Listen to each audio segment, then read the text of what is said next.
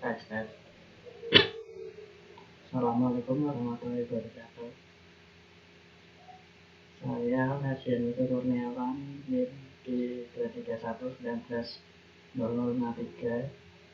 dan Ahmad Sami Nafian, NIM di 231190049. Ingin menjelaskan tentang paper COVID-19 yang sudah kami buat.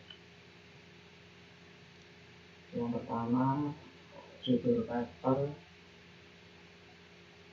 nomor 1, aplikasi of data mining classification for COVID-19 infection status using algorithm Navy method. Tahun papernya 2020. In paper ini HTTP IOSIN. Masalah penelitian.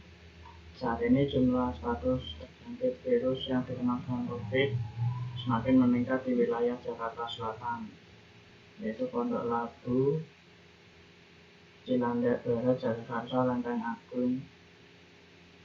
Untuk dilakukan klasifikasi data untuk mengetahui status negatif infeksi virus COVID-19 atau positif terinfeksi virus. Oleh karena itu dibutuhkan pengelolaan data untuk yang terinfeksi COVID-19. Metode penelitian. Pada penelitian saat ini menggunakan konsep teknik data mining dengan bantuan software Rapid Miner Studio. Data yang digunakan adalah data dari website resmi yang diperoleh dari website yang menyediakan data publik tentang informasi tentang COVID-19 di Jakarta. Data informasi tentang COVID-19 bersumber dari Kementerian Kesehatan DKI Jakarta. Data tersebut akan digunakan sebagai data latih dan data uji atribut yang terdapat pada dataset status terjangkit COVID, yaitu umur, jenis kelamin, kecamatan, adapun situasi yang terdapat dalam dataset status terinfeksi dengan nilai positif dan negatif. Pembahasan penelitian. Tujuan penelitiannya adalah dari ini penelitian untuk mengetahui prediksi nilai algoritma Naive Bayes yang digunakan untuk mengklasifikasi status terinfeksi virus COVID-19 pada pelatihan Red Excel. Terdapat algoritma klasifikasi yang diterapkan yaitu Naive Bayes, sedangkan pada kolom pengujian terdapat apply model untuk menjalankan model Naive Bayes.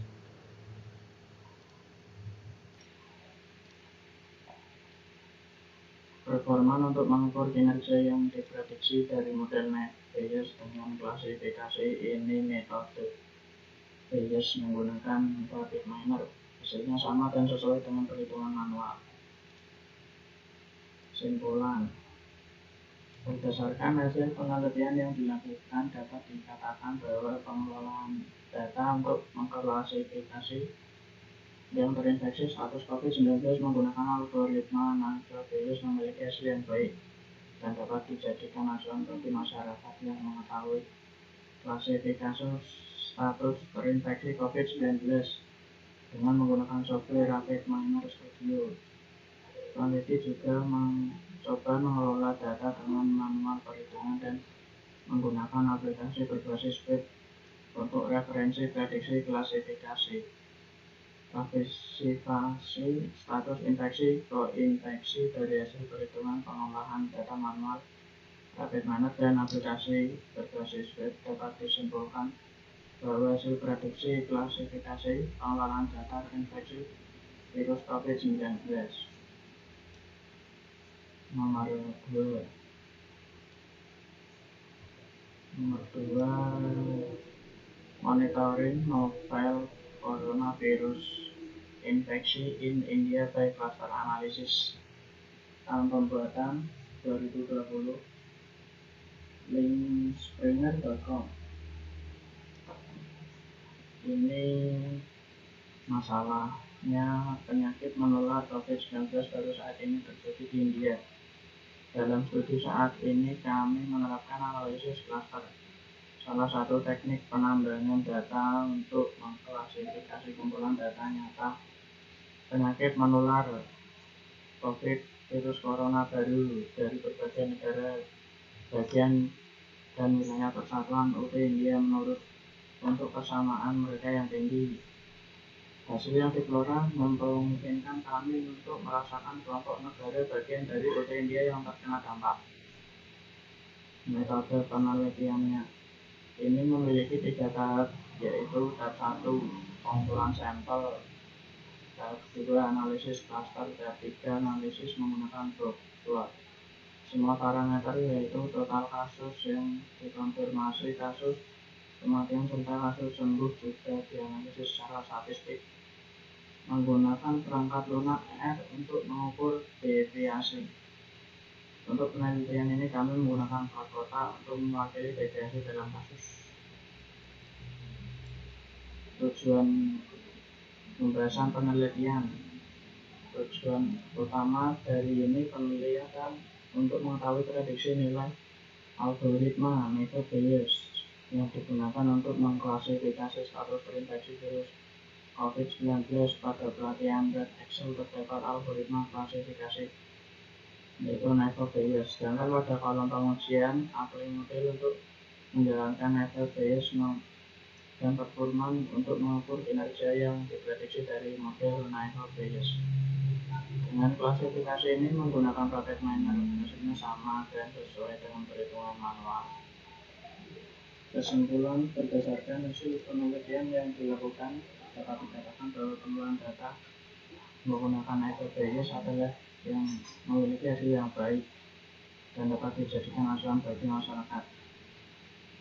Selain menggunakan software Project Miner, peneliti juga mengelola data dalam berbasis web dan hasil perhitungannya manual.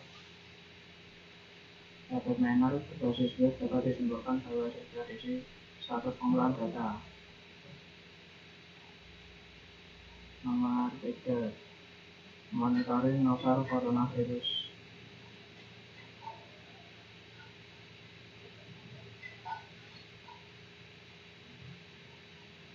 Nomor 3.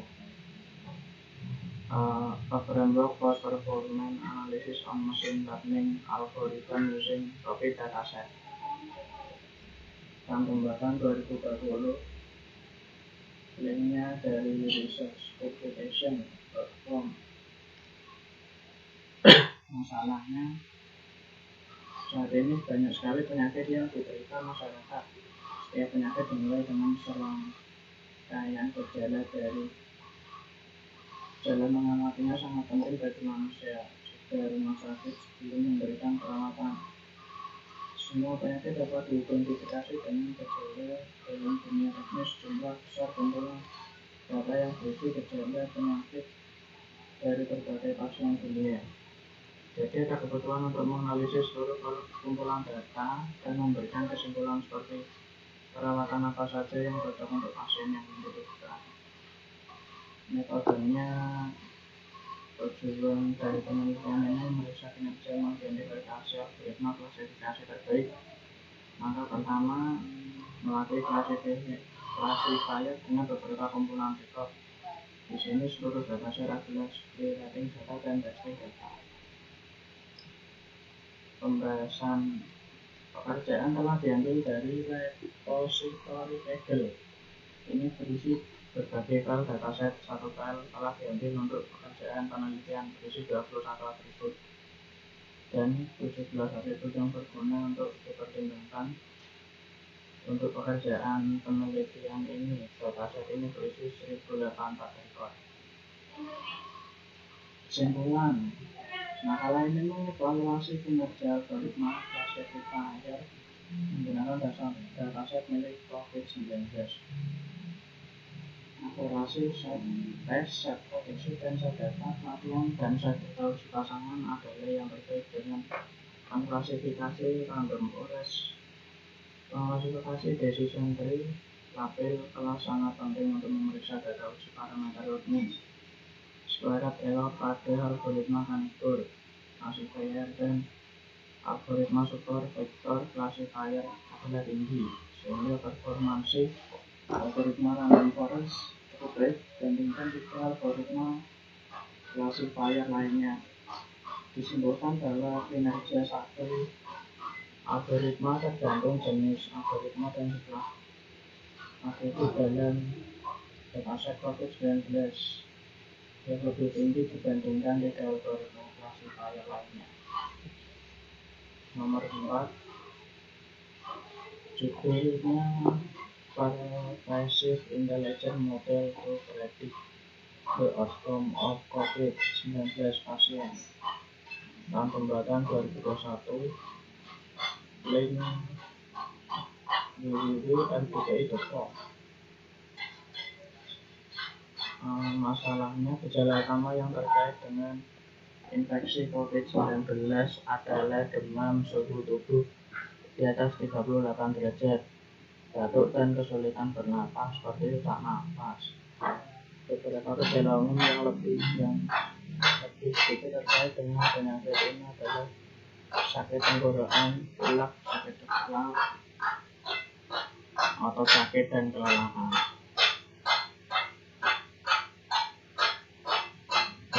Metodenya karena ini adalah proyek penelitian dan untuk memahami apakah mungkin untuk mengkarakterisasi psikologi klinis pasien yang terinfeksi corona. Dua metodologi diikuti, DSR sebagai metodologi penelitian dan proses standar industri untuk data mining. Fase-fase ini memberikan pedoman untuk evaluasi dan interaksi dalam proyek penelitian. Untuk menerapkan DSR perlu menggunakan metodologi praktis untuk membantu mendorong proyek. Jadi proses standar lintas industri untuk dipilih. Dalam proyek ini hasil yang diperoleh dalam fase pemodelan diekspos hasil terkait yang diperoleh dari algoritma. Klasifikasi dan skenario masing-masing ditampilkan untuk target yang sedang dipelajari. Cara ini memberikan model mana yang terbaik untuk target yang dipertimbangkan. Makalah ini menyajikan bukti bahwa adalah mungkin untuk memprediksi hasil dari pasien tertentu terinfeksi virus COVID menggunakan karakteristik yang ditentukan oleh data yang diberikan sehingga memungkinkan untuk membantu dokter pada saat pengambilan keputusan. Yang kelima, judul COVID-19 World Vaccination Progress Using Machine Learning Classification Algorithm. Tahunnya 2020 dari jurnal kubahan.com. Faktor pertama yang perlu dipertimbangkan dalam menentukan keberhasilan algoritma klasifikasi adalah akurasi klasifikasi. Yang lainnya adalah keandalan berdasarkan kelas. Sebenarnya lihat nilai true positif dan false positif dan berprediksi tentang masing-masing kelas. Analisis kelas akan membantu Anda menentukan apakah masalahnya tidak sama atau apakah ada yang lebih dari dua kelas.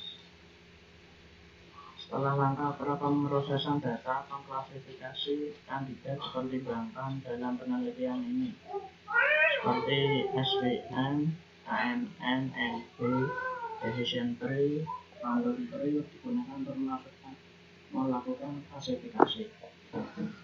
Ada 14 atribut dan 6.745 instansi dalam keseluruhan pengumpulan data. Dalam makalah ini, penelitian ini tidak menggunakan algoritma SVM karena SVM tidak cocok untuk klasifikasi kumpulan data yang besar.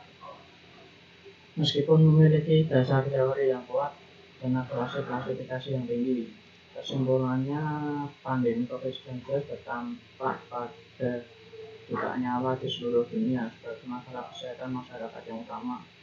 Untuk memenangkan perang melawan pandemi COVID-19, kita membutuhkan vaksin yang efisien dan dapat didistribusikan secara merata dan luas.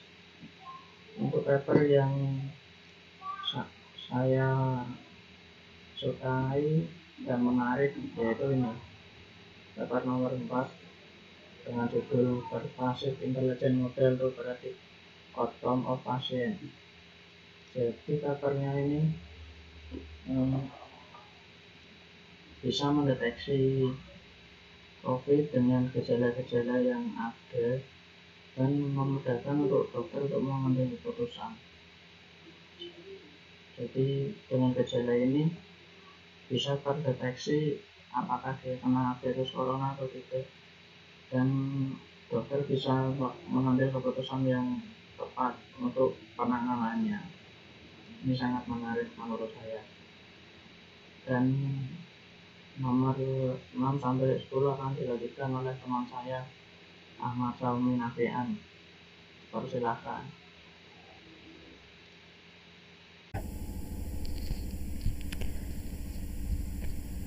Terima kasih. Di sini saya akan melanjutkan presentasi dari Mas Ferdian. Yang kelima yaitu COVID-19 What Vaccination Progress Using Machine Learning Classification Algorithm. Tahun dibuat 2020. Linknya http://kubahan.com/index/php/kaj dan seterusnya. Masalah penelitian adalah faktor pertama yang perlu dipertimbangkan dalam menentukan keberhasilan algoritma klasifikasi adalah akurasi klasifikasi itu sendiri. Yang lainnya adalah keandalan berdasarkan kelas. Sebenarnya nilai true positif dan false positif dan buat prediksi tentang masing-masing kelas. Analisis kelas akan membantu Anda menentukan apakah masanya tidak sama atau apakah ada lebih dari 2 kelas. Metode penelitian. Setelah lengkap beberapa perluasan data, klasifikasi kandidat dipertimbangkan dalam penelitian ini, seperti support vector machine atau SVM, Canary-Snake Board, naive Bayes, decision tree, dan random forest digunakan untuk melakukan klasifikasi. Pembahasan ada 14 atribut dan 6.745 instansi dalam keseluruhan pengumpulan data dalam makalah ini. Penelitian ini tidak menggunakan algoritma SVM karena SVM standar tidak cocok untuk mengklasifikasi kumpulan data yang besar meskipun memiliki dasar teori yang kuat dan akurasi klasifikasi yang tinggi. Kesimpulan, pandemi COVID-19 berdampak pada jutaan nyawa di seluruh dunia sebagai masalah kesehatan masyarakat yang utama. Untuk memenangkan perang melawan pandemi COVID-19, kita membutuhkan vaksin yang efisien yang dapat didistribusikan secara merata dan luas. Lanjut ke baris ke-6, a deep learning algorithm using CT image to screen for coronavirus disease COVID-19 tahun 2021. Link http://pubs.rsna.org.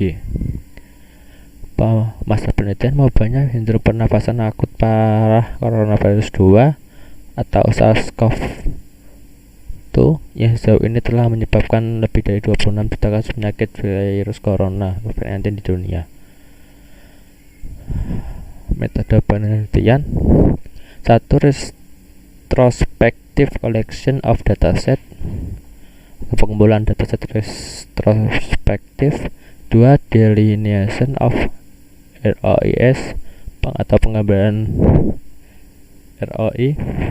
Yang ketiga, preview of the proposed architecture atau arsitektur yang diusulkan.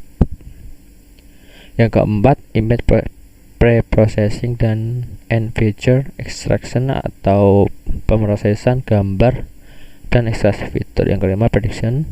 Yang keenam, performance evaluation metric evaluasi kinerja.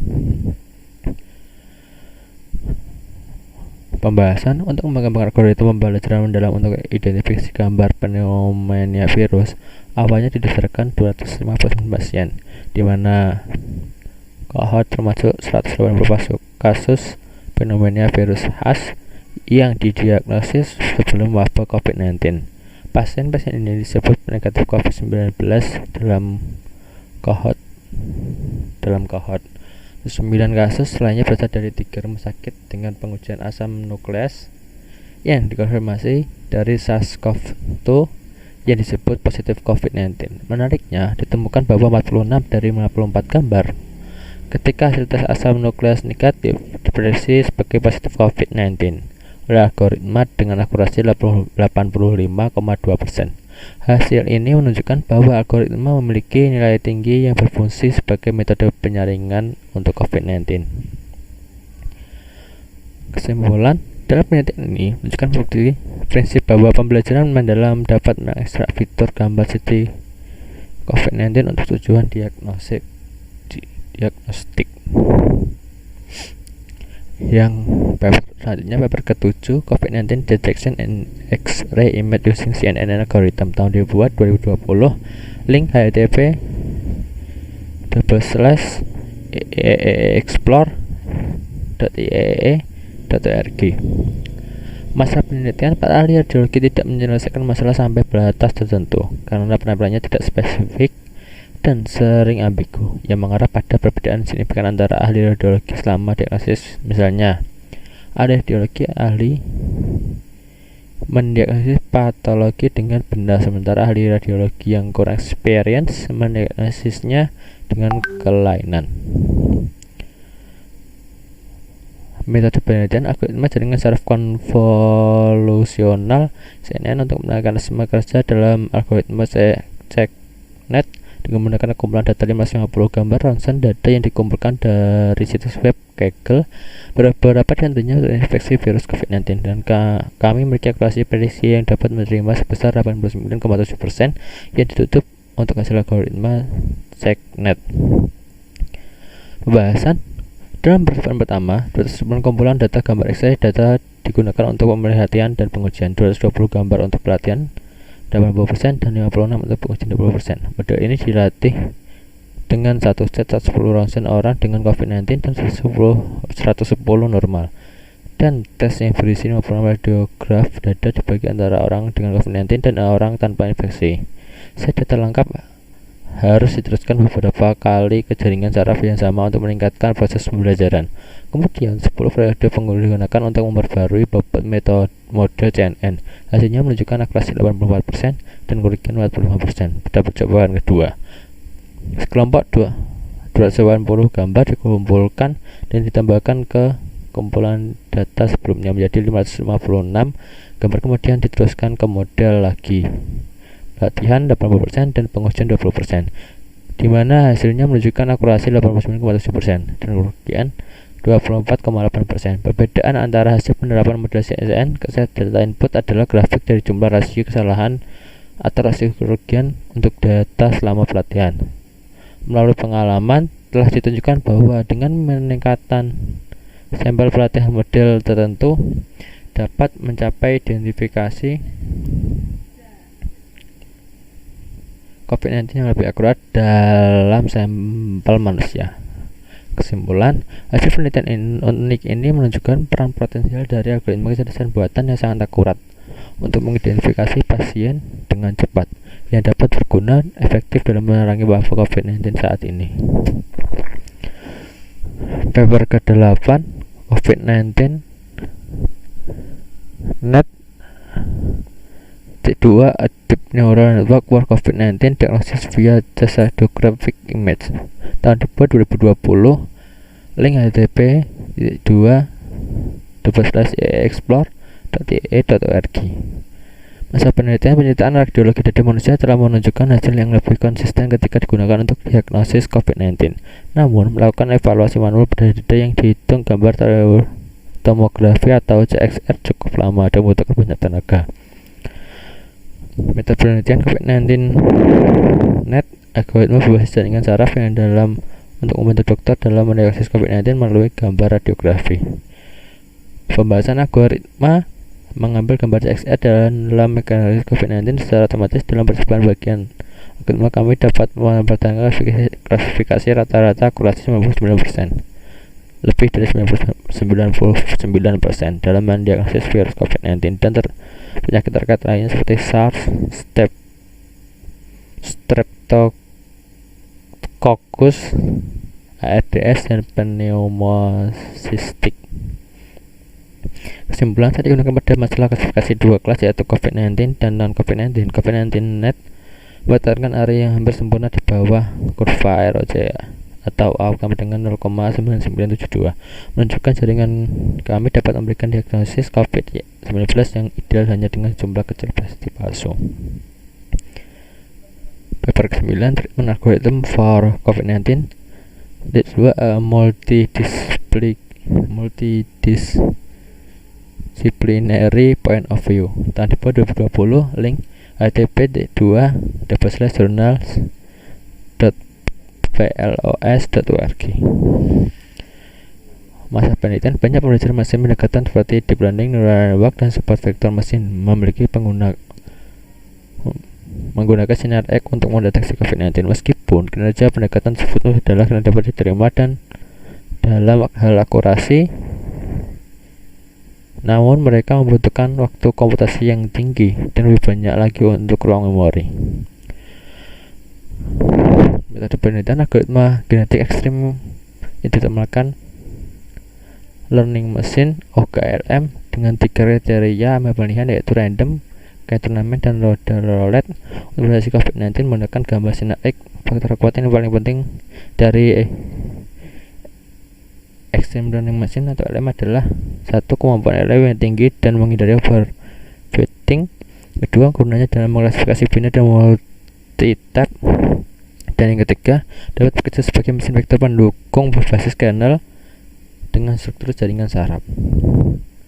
Pembahasan untuk mengidentifikasi efektivitas menggunakan OGLM dalam mendeteksi COVID-19 menggunakan gambar rangsan dada untuk mengurangi dimensi fitur gradient presentasi histogram. Kami menggunakan komponen utama prinsip analisis kinerja OGLM dievaluasi pada kumpulan data benchmark yang berisi 108 foto rangsan dada dengan 2 kelas sehat dan COVID. Kesimpulan, hasil eksperimen menunjukkan bahwa OGLM mencapai akurasi 100% dengan komputasi yang cepat. Ini menunjukkan bahwa OGLM adalah metode yang efisien untuk mendeteksi COVID-19 menggunakan gambar rangsan dada. Yang terakhir, algoritma deep learning menggunakan gambar CT untuk mencari penyakit virus corona atau COVID-19. Tahun dibuat 2021, link http://link.springer.com. Masalah penelitian, masalah dalam tulisan ini adalah terdapat gejala yang tidak spesifik dan dianggap positif. Misalnya, pada keluarga yang terinfeksi tanpa gejala, setidaknya mengungkap pneumonia dan tes patogen untuk melakukan hasil positif. Metode penelitian, kami menggunakan 100.665 gambar CT dari kasus COVID-19 dikonfirmasi patogen bersama dengan yang sebelumnya didiagnosis dengan pneumonia virus yang khas. Kami memodifikasi model pembelajaran transfer awal untuk menetapkan algoritma, diikuti oleh internal dan validasi eksternal. Pembahasan, dalam studi ini kami mengembangkan program AI dengan menganalisis gambar CT representatif menggunakan metode pembelajaran mendalam. Ini adalah studi diagnosis retrospektif multicenter menggunakan jaringan saraf migrasi awal yang dimodifikasi yang telah mencapai akurasi keseluruhan 89,5%. Selain itu, kinerja tinggi model pembelajaran mendalam yang kami kembangkan dalam penelitian ini diuji menggunakan sampel eksternal dengan akurasi 79,3%. Lebih penting lagi, sebagai metode penjaringan, model kami masing-masing mencapai sensitivitas yang relatif tinggi, 0,88 dan 0,83. Pada dasar gambar CT internal dan eksternal, selanjutnya model tersebut mencapai kinerja yang lebih baik untuk orang-orang tertentu dengan akurasi hingga 82,5%. Khususnya model kami digunakan untuk membedakan antara COVID-19 dan pneumonia virus tipikal lainnya yang keduanya memiliki karakteristik radiologis yang sangat mirip. Selama pandemi global COVID-19 saat ini, model CDN oleh karena itu berpotensi berfungsi sebagai alat yang ampuh untuk screening COVID-19. Kesimpulan, ini menunjukkan bukti prinsip penggunaan kecerdasan buatan untuk menganalisa fitur radiologis untuk diagnosis COVID-19 yang tepat dan waktu dan akurat. Penelitian ini mengevaluasi kinerja fisik dan algoritma pembelajaran mendalam menggunakan gambar CT untuk menyaring COVID-19 selama influenza musim. Sebagai metode penyaringan, model kami mencapai sensitivitas yang relatif tinggi dan kumpulan data gambar CT internal dan eksternal. Model ini digunakan untuk membedakan antara COVID-19 dan pneumonia virus tipikal lainnya. Yang keduanya memiliki karakteristik ideologis yang sangat mirip.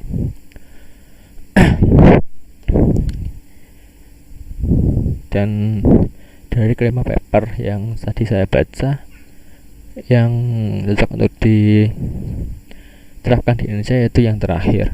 Algoritma deep learning menggunakan gambar CT untuk menyaring penyakit virus corona, di mana di Indonesia banyak sekali kasus yang sedikit-sedikit dianggap COVID. Nah, ini cocok untuk membedakan mana yang COVID, mana yang enggak. Maksud saya mana yang benar-benar COVID, mana yang enggak. Sekian dan terima kasih.